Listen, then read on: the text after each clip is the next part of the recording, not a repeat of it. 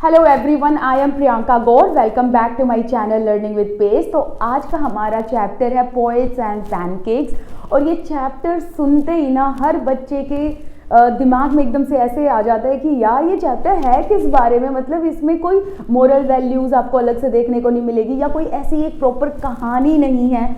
बिल्कुल सही हो आप, इसमें प्रॉपर एक कहानी नहीं है। इसमें क्या है, छोटे छोटे सेगमेंट्स को जोड़ के आपको चैप्टर के रूप में दे दिया गया है। एक्चुअली ये एक एक्सर्प्ट है जो कि एक बुक से लिया गया था, my years with boss, written by Ashoka Mitran. और इसी नॉवल में से या इसी बुक में से छोटे छोटे पार्ट्स निकालकर आपके चैप्टर में दे दिए गए हैं। नाम है पोएट्स एंड पैनकेक्स। और अगर आप इस चैप्टर में देखोगे ना तो कहीं ना कहीं पॉलिटिक्स की बात हुई है, फिर गांधी के विजन की बात हुई है, मतलब जो खादी पहनने वाले लोग थे उनके बारे में बात हुई है। इसके अलावा बहुत सारे कैरेक्टर्स जो जेमिनी स्टूडियोज़ में काम करते थे उसके बारे में बात हुई है। तो बहुत सारी चीज़ों का ना अमलगमेशन है इस चैप्टर में। बट आपको अगर ये चैप्टर अच्छे से समझना है ना, आई प्रॉमिस कि आपको मेरी वीडियोस के थ्रू ये चैप्टर बहुत अच्छे से समझ आएगा। लेकिन आपको सारी की सारी सीरीज़ देखनी पड़ेगी। फिर से मैं एक चीज़ बोलूँगी कि बच्चे इंग्लिश को ना बहुत लीनियंट ले जाते हैं। आपको यही नहीं करना है, कोई भी चैप्टर को उठाओ, उसकी समरी अगर आप कर रहे हो तो आपको डिटेल्ड एक्सप्लेनेशन भी पता होनी चाहिए, और डिटेल्ड एक्सप्लेनेशन आपको मेरे चैनल पे मिलेगी। ठीक है, तो चलिए शुरू करते हैं बिना किसी टाइम को वेस्ट करे हुए। Okay, So, the chapter is poets and pancakes। अब यहाँ पर जो ये वर्ड है poets, इसका मतलब क्या है? यहाँ पर बात करी गई है राइटर्स के बारे में। अब कौन से राइटर्स के बारे में? वो राइटर्स जो कहानियाँ लिखते हैं, जो स्टोरी कंपोज करते हैं, जो गानों को कंपोज करते हैं, राइट। तो आप ना इस चैप्टर में एक स्टूडियो के बारे में पढ़ोगे, दैट इज जेमिनी स्टूडियोज। और जेमिनी स्टूडियोज जो है ना वो इंडिया की एक बहुत ही लार्जेस्ट फिल्म इंडस्ट्री रही है। और ये जो कहानी है ना ये रियल इंसिडेंट्स पर बेस्ड है। ऑल राइट, तो बात ऐसी है कि एक जेमिनी स्टूडियोज था, जैसा कि मैंने बताया ये एक फिल्म प्रोडक्शन इंडस्ट्री आप कह सकते हो, और इसने जो है बहुत सारी फिल्म प्रोड्यूस की हैं, राइट। अब इसी में ना अलग अलग डिपार्टमेंट थे। अब इस चैप्टर में आपको दो डिपार्टमेंट्स के बारे में बात करी गई है। एक तो वो डिपार्टमेंट जो कि राइटर्स का था, जिसे कहा गया है पोएट्स, एंड एक दूसरा डिपार्टमेंट है जिसे हम मेकअप डिपार्टमेंट कहते हैं, और उसी के नाम पर जो है पैनकेक्स वर्ड डाल दिया। अब now this pancakes is what? Pancakes ना पहले के टाइम पर, मतलब 1940s 50s, उस टाइम पर ये एक मेकअप ब्रांड था। जैसे कि आज आप मैबलिन देखेंगे, लॉरेल देखेंगे, और भी बहुत सारे, हुडा ब्यूटी एंड ऑल, बहुत सारे मेकअप हैं आज के टाइम पर मार्केट में। पहले के टाइम पर एक बहुत ही फेमस मेकअप ब्रांड था, दैट वाज पैनकेक्स। ठीक है, तो अभी तुमको समझना क्या है, थोड़ा सा बैकग्राउंड समझाती हूँ दोबारा से, कि ये जो चैप्टर है रियल इंसिडेंट्स पर बेस्ड है, एंड यहाँ पर आप एक स्टूडियोज के बारे में जानेंगे जिसका नाम है जेमिनी स्टूडियोज। और इस स्टूडियोज में मेकअप वगैरह होता था एक्टर एक्ट्रेसेस का, एंड ये स्टूडियो जो है बेसिकली इसमें दो डिपार्टमेंट थे। एक था कहानी कंपोज करने वालों का, क्योंकि फिल्म के लिए स्क्रिप्ट भी तो चाहिए होती है ना, तो वो स्क्रिप्ट लिखने वाले थे इस डिपार्टमेंट में, मेकअप करने वाले थे इस डिपार्टमेंट में। ठीक है, तो कहने का मतलब दो डिपार्टमेंट थे, एक राइटर्स का था और एक मेकअप का डिपार्टमेंट था। उसी के ऊपर ये टाइटल दे दिया गया है। बट ये टाइटल पोएट्स एंड पैनकेक्स क्यों दिया है, इसके पीछे भी एक रीजन है। अशोका मित्रन जो इस चैप्टर के ऑथर हैं वो हमें ये बताना चाहते हैं कि जो फिल्म इंडस्ट्री के लोग हैं ना वो किस तरीके से काम करते हैं और उनका क्या इम्पैक्ट सोसाइटी पर पड़ता है, वो सब चीज़ें इस चैप्टर में एक्सर्प्ट्स के तौर पर, छोटे छोटे पीसेस के तौर पर बताई गई हैं। ठीक है, उनके बारे में हम बात करेंगे, डोंट वरी। आई होप आपको पहले टाइटल क्लियर होना चाहिए। ओके, सो पोएट्स मतलब सारे राइटर्स वगैरह जो स्क्रिप्ट वगैरह लिखते हैं, एंड पैनकेक्स ये दूसरा डिपार्टमेंट था इसी स्टूडियो में, एक ही स्टूडियो है, इसी में 2 डिपार्टमेंट थे। दूसरा डिपार्टमेंट था मेकअप वालों का, जो कि पैनकेक्स एक ब्रांड नेम है मेकअप का, इस ब्रांड को यूज किया करते थे। ओके जी, चलो अब आगे बढ़ते हैं। ये आपकी एनसीईआरटी में आप लोगों को बॉक्स में दिया हुआ है अलग से, लेकिन इसको हम स्किप नहीं कर सकते, इसलिए मैंने ये यहाँ लिखा हुआ है। जो इस कहानी के ऑथर हैं अशोका मित्रन, वो एक तमिल राइटर हैं और इन्होंने ना एक बुक लिखी थी माई ईयर्स विद बॉस, जिसमें इन्होंने जेमिनी स्टूडियोज के अपने एक्सपीरियंस को लिखा था।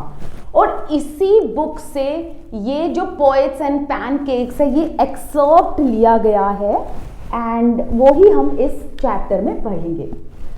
एक जेमिनी स्टूडियोज था, कहाँ था? मद्रास में, जिसे आज के टाइम पर हम चेन्नई के नाम से जानते हैं। ठीक है, सो चेन्नई में ये एक जेमिनी स्टूडियोज था जिसे सेटअप किया गया था 1940 में। ठीक है, एक चीज ध्यान रखना, 1940 से आपको ये ध्यान रखना है कि 1940s एंड 1950s का टाइम था जब जेमिनी स्टूडियोज बहुत ज़्यादा फ्लरिश कर रहा था एंड ये मेकअप ब्रांड भी काफ़ी फेमस था 1940s एंड 1950s में। Alright, one of the most influential film producing organisations, तो जेमिनी स्टूडियोज जो है ये एक फिल्म प्रोड्यूसिंग ऑर्गेनाइजेशन था जो कि काफ़ी इन्फ्लुएंशियल इंडस्ट्री ये अपने टाइम का रह चुका है। ठीक है, अच्छा, इसके फाउंडर कौन थे? इनका नाम आप जरूर याद रखेंगे, SS वासन।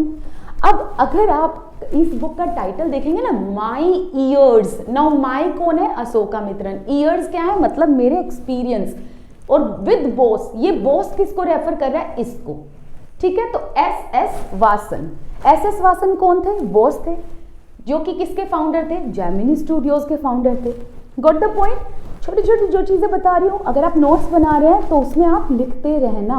ओके, अशोका मित्रन की ड्यूटी क्या थी इसमें जेमिनी स्टूडियोज में? क्योंकि जो हमारे ऑथर थे ना वो भी इस स्टूडियोज में काम करते थे, बट वो क्या काम करते थे? उनका काम क्या होता था कि वो न्यूज़पेपर की क्लिपिंग्स को कट आउट कर करके जो इम्पोर्टेंट चीज़ें होती थी उसको एक फाइल में जोड़कर रख दिया करते थे। मतलब इम्पोर्टेंट कटिंग्स करके फाइल में स्टोर करके उस फाइल को एज अ रिकॉर्ड रख दिया करते थे। ठीक है जी, this was the background of the chapter. Okay बच्चे, चलो आगे बढ़ते हैं। अब यहाँ से हमारी जो कहानी है शुरू होती है, मतलब एक एब्रप्ट कहानी मैं इसे कहूँगी। चलो, pancake was the brand name of makeup materials, मतलब कि जेमिनी स्टूडियोज में, जैसे कि ये जो है जेमिनी स्टूडियोज जो कि एक फिल्म प्रोड्यूसिंग ऑर्गेनाइजेशन है, आपको पता है कि जब भी एक्टर एक्ट्रेसेस की बात आए और मेकअप ना किया जाए ऐसा हो ही नहीं सकता है। तो जेमिनी स्टूडियोज में भी एक मेकअप ब्रांड को यूज किया जाता था जिसका नाम था पैनकेक। ओके, तो पैनकेक एक मेकअप मटेरियल या मेकअप ब्रांड का नाम था और इस ब्रांड को अलग अलग चीज़ें बिकती थी, जैसे कॉम्पैक्ट हो गया, पाउडर हो गया, या लोशन हो गए, या फिर इसी मेकअप ब्रांड की लिपस्टिक्स हो गई। बहुत सारा मेकअप इस लाया जाता था इस ब्रांड का और ट्रक में भर भर के लाया जाता था। ट्रक में भर भर के क्यों? क्योंकि पूरे तरीके से जो एक्टर एक्ट्रेसेस होते थे उनके मुंह पे लिपाई पुताई करी जाती थी उनको प्रेजेंटेबल दिखाने के लिए। बिकॉज ये मेरी लाइन नहीं है, ये अशोका मित्रन की लाइन। अशोका मित्रन आगे आयरनिकल तरीके से ये कॉमेंट करेंगे। तो चलो आगे बढ़ते हैं। तो कहने का मतलब है कि पैनकेक्स यूज किया जाता था और पैनकेक्स जो होते थे ये एक ब्रांड था और इसके अलग अलग प्रोडक्ट्स लाए जाते थे ट्रक में भर भर के। अब अगर पैनकेक ब्रांड की बात की जाए, ये ब्रांड जो है एक स्वीडिश एक्ट्रेस थी, बहुत ही ज्यादा इनका नाम था, जो कि थी ग्रेटा गार्बो, जो कि बहुत फेमस थी। मिस गौहर एंड वैजंती माला, ये इंडियन एक्ट्रेसेस हैं। ठीक है, तो एक स्वीडिश एक्ट्रेस लगा लो, दो जो है इंडियन एक्ट्रेसेस, इनका नाम क्यों दिया गया? ये कहा है कि पैनकेक ब्रांड जो कि 1940s एंड 1950s में था, उस टाइम की ग्रेटेस्ट हीरोइन जो हुआ करती थी, ग्रेटेस्ट एक्ट्रेसेस जो होती थी, जैसे कि Greta Garbo, miss Gohar, Vaijanti माला, इन सब ने पैनकेक ब्रांड को यूज किया है। ओके, मतलब जब भी इनकी मूवीज आती थी, इनके फेस पर इसी ब्रांड का मेकअप लगाया जाता था। लेकिन 1990s में आते आते, जैसे कि 1990s में अगर हम बात करें तो जितनी एक्ट्रेसेस थी, जिसमें से एक थी Rati Agnihotri, they might not have heard about this pancake brand. मतलब अब क्या हुआ कि 1940 से लेकर 1950s के टाइम तक तो ये ब्रांड बहुत ज़्यादा फेमस था। जैसे हम और आगे बढ़ते गए तो जो आगे हीरोइंस आती गई ना, उन्होंने पैनकेक के बारे में नहीं सुना था, क्योंकि इस टाइम तक ये ब्रांड खत्म हो चुका था। तो इसीलिए यहाँ लिखा गया कि ये तीनों एक्ट्रेसेस ने इस ब्रांड को यूज़ किया है, बट रति अग्निहोत्री ने शायद सुना भी नहीं होगा इसके बारे में, क्योंकि इनके टाइम पर ये मेकअप ब्रांड नहीं था, खत्म हो चुका था, बंद हो चुका था। फिर आगे ये बताया कि जेमिनी स्टूडियो में जो 2 डिपार्टमेंट थे, जिसमें से एक डिपार्टमेंट है मेकअप डिपार्टमेंट। तो जो मेकअप डिपार्टमेंट था वो कहाँ था? वो ना अपस्टेयर्स ऑफ अ बिल्डिंग, एक बिल्डिंग के ऊपर था, मतलब ऊपर वाले माले में क्या था? मेकअप डिपार्टमेंट था। जैसे कि ये लगा लो, एक माला हो गया, ये दूसरा माला हो गया, तो ऊपर वाले माले पर यहाँ मेकअप वगैरह, लिपाई पुताई जो है इन एक्टर एक्ट्रेसेस की होती थी। अब ये जो जगह है जहाँ पर ये मेकअप डिपार्टमेंट ओपन किया गया, ऐसा कहा जाता है कि ये किसी टाइम पर रॉबर्ट क्लाइव का स्टेबल हुआ करता था। अब स्टेबल्स का मतलब क्या होता है? वेल, जहाँ पर घोड़े वगैरह रखे जाते हैं, तो अगर आप एक पिक्चर डाल के देखोगे आपको पता चल जाएगा किस तरीके के होते हैं स्टेबल्स। ठीक है, तो ऐसा कहा जाता है कि जो रॉबर्ट क्लाइव का स्टेबल था ना, क्योंकि रॉबर्ट क्लाइव तो पहले ही आके जा चुके थे, राइट? ये गवर्नर जनरल थे। ओके, अच्छा, एक और चीज मैं आपको बताती हूँ। आप यू मस्ट बी वंडरिंग कि रॉबर्ट क्लाइव का यहाँ पर क्या लेना देना है मद्रास में। होल्ड ऑन, आपको पता है ना कि जो ईस्ट इंडिया कंपनी थी, उन्होंने 3 प्रेसिडेंसीज यहाँ बनाई थी, मद्रास, कैलकाटा, बॉम्बे, और यहाँ पर हम किसकी बात कर रहे हैं? मद्रास की, जिसको आज के टाइम पर हम किस नाम से जानते हैं? चेन्नई से।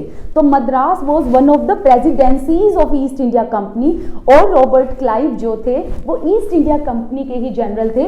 तो ईस्ट इंडिया कंपनी के जो ये जनरल थे रॉबर्ट क्लाइव, इन्होंने अपना एक स्टेबल बना रखा था मद्रास में।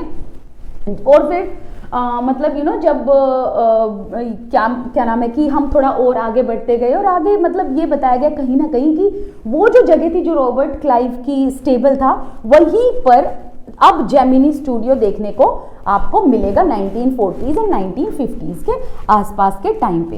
फिर आगे हमें चैप्टर में रॉबर्ट क्लाइव के बारे में बताया हुआ है कि ये कौन थे, क्या थे। मतलब देखो, रॉबर्ट क्लाइव जो है ना, इन्होंने मद्रास में कम से कम इनकी 12 बिल्डिंग्स थी, मोर देन डजन आप कह सकते हो। इनकी जो जिंदगी थी वो थोड़े ही टाइम के लिए थी, मतलब 49 ईयर्स की एज में, if I am not wrong, उसी टाइम पर इनकी डेथ हो गई थी। तो काफ़ी ब्रीफ टाइम पीरियड था इनकी ज़िंदगी का। और मद्रास में तो ये काफ़ी कम टाइम के लिए रहे, लेकिन उस कम टाइम में भी इनके बहुत सारे रेजिडेंसेस थे। और नॉट ओनली मद्रास के अलावा भी ये बहुत जगह पर मूव करे हैं। ठीक है, इन्होंने बहुत सारी बैटल्स भी जीती हैं। और इसके अलावा इसके बारे में ये भी बताया गया है कि इन्होंने एक मेडन का मतलब क्या है? जो अनमैरिड गर्ल्स होती हैं उनको हम मेडन कहते हैं। इन्होंने एक मेडन से शादी करी थी। She was very very young, I mean बहुत ही छोटी उम्र की थी ये लेडी। इनका नाम जान के आपको क्या करना है, हमारे चैप्टर में नहीं है और ना ही आपसे CBSE पूछेगा, सो डोंट वरी। तो इन्होंने एक लड़की से शादी करी थी। कहाँ करी थी? सेंट मैरी चर्च में। और ये चर्च एक फोर्ट के अंदर बनाया गया, उस फोर्ट का नाम है सेंट जॉर्ज। ठीक है, तो ये है पूरी कहानी। किसके बारे में? थोड़ा सा बैकग्राउंड, और फिर मेकअप ब्रांड के बारे में, फिर रॉबर्ट क्लाइव के बारे में। ठीक है, 3 अलग अलग चीजें पढ़ ली। अब आगे रॉबर्ट क्लाइव का छोटा सा ब्रीफ देने के बाद अशोकामित्रन ऑलमोस्ट बातें हमें मेकअप ब्रांड की बताते हैं, मतलब sorry makeup department. Taking my word back, makeup department is the precise word. तो मेकअप डिपार्टमेंट के बारे में अब हम बात करेंगे। तो देखो जी, क्या था, जहां पर मेकअप जेमिनी स्टूडियोज में किया जाता था वो मेकअप रूम ऐसा लगता था जैसे कि हेयर कटिंग सैलून है, मतलब जैसे बाल काटने वाले जो सैलून्स आप देखते हो ना, ऐसा सैलून था वो। अब ऐसा सैलून इन्होंने क्यों बोला है कि भाई बाल काटने वाला प्रॉपर सैलून था, ऐसा क्यों बोला है? देखो उसका रीजन आगे इन्होंने यहां दिया है, रीजन यहां दिया गया है। Lights at all angles around a dozen large mirrors, मतलब जो मेकअप डिपार्टमेंट था ना, उस पूरे रूम में 12 या 12 से भी ज्यादा, क्योंकि डजन लिखा है तो हम इसलिए 12 लेकर चल रहे हैं, तो लगभग 12 बहुत बड़े बड़े मिरर्स थे। जैसे एक रूम सोचो, आप इमेजिन करो एक मेकअप डिपार्टमेंट का एक प्रॉपर रूम है, 12 बहुत बड़े बड़े लार्ज मिरर्स हैं, और इतना ही नहीं उसके हर एंगल पर लाइट्स लगी हुई है। अब इसका क्या मतलब है, जैसे कि सपोज करो ये अलग अलग मिरर्स लगे हुए हैं, ठीक है, अलग अलग मिरर होते हैं, ठीक है, ऐसे अलग अलग मिरर लगे हुए हैं, और उन मिरर्स में हर एंगल पर, अब हर एंगल का मतलब समझ गए, एक एक कोना पकड़ लो प्रॉपर, मतलब यहां जहां मैं सर्कल बना रही हूं ये हर एंगल कहलाएगा, मतलब हर एंगल पर लाइट्स लगी हुई थी।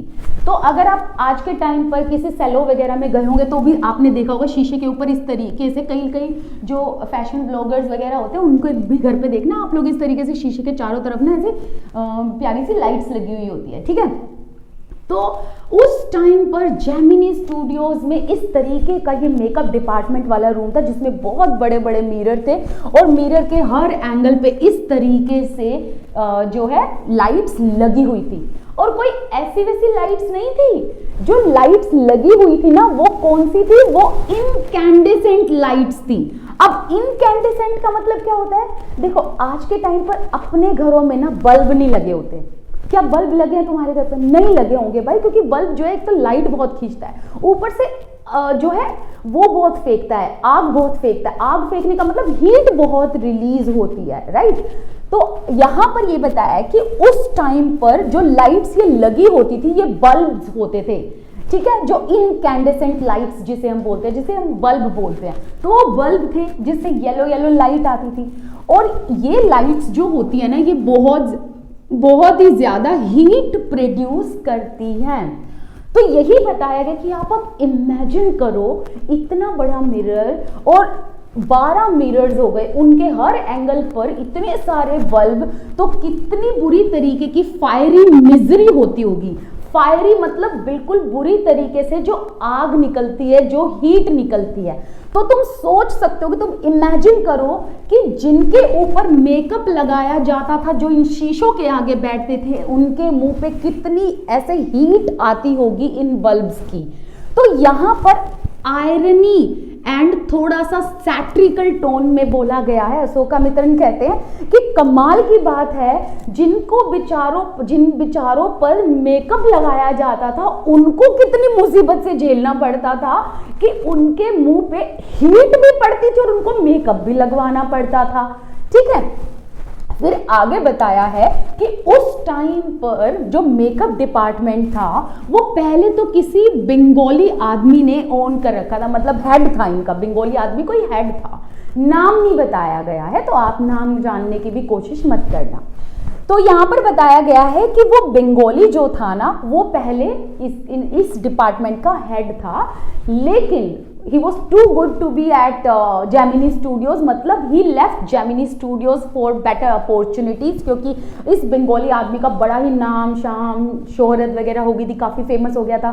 तो इसे लगा कि यार Gemini Studios से बाहर निकल के मैं और अपॉर्चुनिटीज़ ग्रैब करूं, तो अपॉर्चुनिटीज़ के चक्कर में इसने बंगाली आदमी ने क्या कर दिया, Gemini Studios का मेकअप डिपार्टमेंट छोड़ दिया। अब जब ये चला गया तो हेड कौन बना? हेड बना एक महाराष्ट्रियन, इसका भी नाम नहीं है, मैं बताऊंगी कि इनके नाम क्यों नहीं दे रखे हैं, डोंट वरी। तो एक महाराष्ट्रियन आया जो कि अब जेमिनी स्टूडियोज का हेड बना, ओके। लेकिन इसको असिस्ट करने वाले जूनियर मेकअप आर्टिस्ट भी थे, अब वो कहां से थे? एक था धारवाड़ डिस्ट्रिक्ट से, और धारवाड़ डिस्ट्रिक्ट कहाँ है? कर्नाटका में। कर्नाटका की लैंग्वेज है कन्नड़, तो इसलिए आपकी एनसीईआरटी में लिखा हुआ है धारवाड़ कन्नाडिगा। तो कन्नाडिगा मतलब a language that is spoken in Karnataka and Dharwad is a district in Karnataka। तो एक था कर्नाटका से, और इसके अलावा इस महाराष्ट्र को सपोर्ट करने वाला आंध्र प्रदेश से भी था, मद्रास से भी था, एक एंग्लो बुर्मीज भी था, ठीक है, एंड कुछ लोकल तमिल्स भी थे। तो यहाँ पर एक चीज है कि नाम किसी का नहीं दे रखा है, जगह के बारे में बात की है। इसके पीछे रीजन क्या है? देखो बात ऐसी है, यहाँ पर ये बताया गया है कि अलग अलग जगह के लोग इस जेमिनी स्टूडियोज में साथ में मिलकर काम करते थे, तो कहीं ना कहीं जेमिनी स्टूडियोज में एक यूनिटी देखने को मिलती थी मेकअप डिपार्टमेंट में। तो ये डाइवर्सिटी बताई है कि डाइवर्सिटी में भी कितनी यूनिटी थी कि ये लोग एक साथ मिलकर एक दूसरे की हेल्प और काम किया करते थे, और यही यूनिटी को दिखाने के लिए यहाँ पर जगह के नाम दिए गए rather than a place. All right, तो मतलब आप क्या समझे कि जेमिनी स्टूडियोज को पहले एक बंगाली लीड करता था, फिर बाद में उसके हेड बने महाराष्ट्र का एक आदमी था, फिर उसके बाद ये बताया गया कि उसको अलग अलग जगह के लोग जो है मेकअप डिपार्टमेंट में हेल्प करते थे। आगे all this show, all this मतलब जो यहाँ ये बताया गया है कि एक महाराष्ट्र से, एक मद्रास से, एक आंध्र से, एक तमिल, एक एंग्लो बुर्मीज, ये सब क्या शो करता है? A great deal of national integration. National का मतलब नेशन, इंटीग्रेशन मतलब मिक्स, यूनिटी, तो मतलब क्या समझे? अलग अलग जगह के लोग, और इनमें क्या है? इंटीग्रेशन है, एकीकरण है, यूनिफिकेशन है, किस तरीके से ये लोग मिक्स हो गए हैं। लॉन्ग बिफोर एयर, एयर का मतलब है ऑल इंडिया रेडियो, ठीक है, दूरदर्शन बिगेन ब्रॉडकास्टिंग सच प्रोग्राम्स। तो मतलब यहाँ क्या बताया है कि ना, जब एक टाइम ऐसा आया कि ऑल इंडिया रेडियो, दूरदर्शन, ये सब जगहों पर ना लोगों में यूनिटी इंस्टिल करने के लिए अलग अलग प्रोग्राम्स बनाए गए, और ये लोगों तक अवेयर किया जाने लगा कि हमें यूनाइट होकर चलना पड़ेगा, इंटीग्रेशन का इम्पोर्टेंस बताया गया। इस तरीके के प्रोग्राम्स चलाए गए Doordarshan and all India radio पर। लेकिन अशोकामित्रन कहते हैं कि इन जगहों पर तो बाद में ऐसे प्रोग्राम जो है ब्रॉडकास्ट करे गए, इनसे कहीं बहुत पहले हमारे इंडिया में यूनिटी देखने को मिलती थी जेमिनी स्टूडियो में, जहां पर अलग अलग डाइवर्सिटी, अलग अलग रीजन के लोग एक साथ मिलकर काम किया करते थे। This gang of nationally integrated makeup, यहां देखो क्या बोला गया है, gang of nationally integrated makeup man, मतलब अलग अलग एरिया के इंटीग्रेटेड, मतलब इनकी एक यूनिफिकेशन था और इनका एक पूरा गैंग था। They could turn any decent looking person into hideous crimson hued monster with the help of truckloads of pancakes, lotions, potions। इसका मतलब क्या है? देखो पहले तो डिफिकल्ट वर्ड्स के मीनिंग निकालो। हिडियस मतलब अगली, क्रिम्सन ह्यूड का मतलब क्या होता है? जैसे तुमने देखा ना, लड़कियां कई बार यहाँ ब्लश वगैरह लगा लेती हैं, ठीक है, तो नॉर्मल लगाओगे तो ठीक लगेगा, लेकिन जब आप टीवी एक्ट्रेसेस वगैरह को देखोगे ना, उनको प्रेजेंटेबल दिखाने के लिए उनके ऊपर भर भर के मेकअप लगाया जाता है ताकि वो कैमरा में बहुत अच्छे से कैप्चर हो, उनका एक भी दाग धब्बा ना दिखाई दे। समझ गए मेरी बात? तो क्या होता है ना कि वो यहाँ ये बताया गया कि ये जो लोग थे ना, ये सारे के सारे लोग, ये इस तरीके से सारे मिलकर एक्टर एक्ट्रेसेस को जो इतने डिसेंट और इतने प्यारे दिखते थे, उनको मेकअप लगाकर बहुत अगली दिखाते थे, हिडियस दिखाते थे। एंड क्रिम्सन ह्यूड का मतलब जैसे मैंने अभी बताया कि जैसे बहुत सारा ब्लश लगा लोगे, रेड रेड हो जाएगा बिल्कुल यहाँ से, तो वही चीज बताइए कि इस तरीके से इतना गंदा अगली फेस कर देते थे, पूरा मुंह उनका ऐसे लाल लाल हो जाता था। और अलग अलग चीज़ों को मिक्स करके, पैनकेक्स के लोशंस एंड पोशंस, मतलब अलग अलग मिक्स चीज़ों को मिक्स मैक्स कर करके उनके मुंह पे इस तरीके से लेप लगा दिया जाता था मेकअप का कि वो साफ सुथरे दिखने वाले लोग वो अब मॉन्स्टर लगते थे। ऐसे मॉन्स्टर जो अगली होते हैं, जिनका मुंह बिल्कुल लाल लाल कर दिया जाता था, मतलब डिसेंट इंसान को ये मॉन्स्टर दिखाते थे। अब इसका मतलब है क्या यार? देखो, ऐसा नहीं है यहाँ पर कोई रियलिटी में मॉन्स्टर की बात नहीं, यहाँ पर एक तरीके से ना थोड़ा सटायर बताया। अशोका मित्रन ये कहना चाहते हैं कि यार मुझे आज तक ये समझ नहीं आया किसी इंसान को कैमरा पर सुंदर दिखाने के लिए उसको इतना अगली मेकअप क्यों किया जाता है। तो यहाँ पर कहीं ना कहीं आयरनिकल एंड सैट्रिकल टोन है। दोज डेज मेनली इंडोर्स, मतलब यहाँ एक्चुअली मैंने पूरी लाइन नहीं लिखी है क्योंकि मुझे था कि एक भी लाइन स्किप ना हो, तो मैंने शॉर्टकट में लिख दिया। तो उस टाइम पर ज्यादातर शूटिंग इंडोर्स में होती थी, लेकिन 5%, 100 में से 5% फिल्म ऐसी होती थी जिसको बाहर शूट किया जाता था।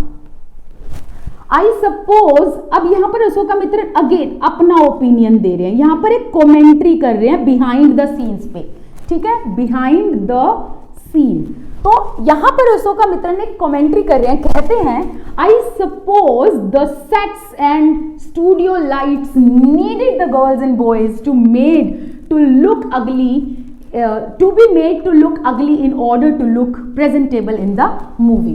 अब यहाँ पर वो अगेन बिहाइंड द सीन जो भी चलता था, जो मेकअप चलता था, उस सब के बारे में, मेकअप डिपार्टमेंट के बारे में अशोका मित्रन के व्यूज ये हैं कि मुझे ना ऐसा लगता है, मतलब अशोका मित्रन कहते हैं मुझे ऐसा लगता है जो ये प्रॉपर सेटअप तैयार किया जाता था, स्टूडियो लाइट्स तैयार की जाती थी, ये इसलिए तैयार की जाती थी ताकि जो इनका मेकअप जो रियलिटी में इतना अगली है, मतलब आप इनको देखोगे आप करोगे छी यार क्या मेकअप कर रखा है इसने, तो पूरी पुताई कर रखी है आपने, है ना, लेकिन वो कैमरा में सुंदर लगते थे। मतलब उनको कैमरा में सुंदर लगने के लिए रियलिटी में अगली दिखाया जाता था ताकि वो कैमरास पर प्रेजेंटेबल लगे, इन सेट की वजह से एंड लाइट्स की वजह से। ये आपको भी पता है लाइट्स का बहुत फर्क होता है। जैसे कि आज मैं रिकॉर्डिंग कर रही हूँ, सपोज करो मैं यहाँ भी लाइट ना रखूँ, हालांकि मैंने दोनों जगह लाइट लगा रखी है, खैर ये लाइट बहुत महंगी नहीं है, बहुत अच्छी नहीं है, तो इसलिए फिर भी आपको कभी कभी फेस पर रिफ्लेक्शन एंड बोर्ड पर रिफ्लेक्शन देखने को मिलेगा।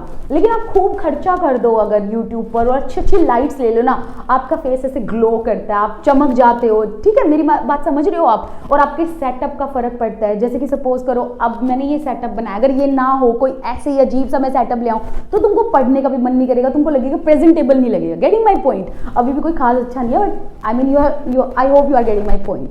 तो कहने का मतलब है कि मूवीज में ना सेट एंड लाइट्स इसीलिए रखी जाती थी ताकि जो ये अगली दिखने वाले, मतलब ये पहले तो डिसेंट आदमी थे, इनको बना दिया मॉन्स्टर मेकअप लगा लगा के, अब ये दिख रहे हैं अगली, और इन अगली लोगों को और प्रेजेंटेबल दिखाने के लिए एक प्रॉपर सेट की जरूरत होती थी, है ना, फिल्म में एक प्रॉपर सेट होता है ना, एंड लाइट्स की जरूरत होती थी। तो ये सब चीजें इसमें बताई गई हैं। फिर इसके बाद अशोका मित्रन बात करते हैं मेकअप डिपार्टमेंट की हायरार्की के बारे में, जो कि हम नेक्स्ट वीडियो में बात करेंगे। आई होप आपको आज की वीडियो बहुत अच्छे से समझ आई है। अगर आई है ना मेरे दोस्तों तो प्लीज़ लाइक शेयर कर देना एंड सब्सक्राइब करे बिना मत जाना। अगर आपने ऑलरेडी सब्सक्राइब किया हुआ है then thank you so much, I am very much grateful. Thank you, bye bye.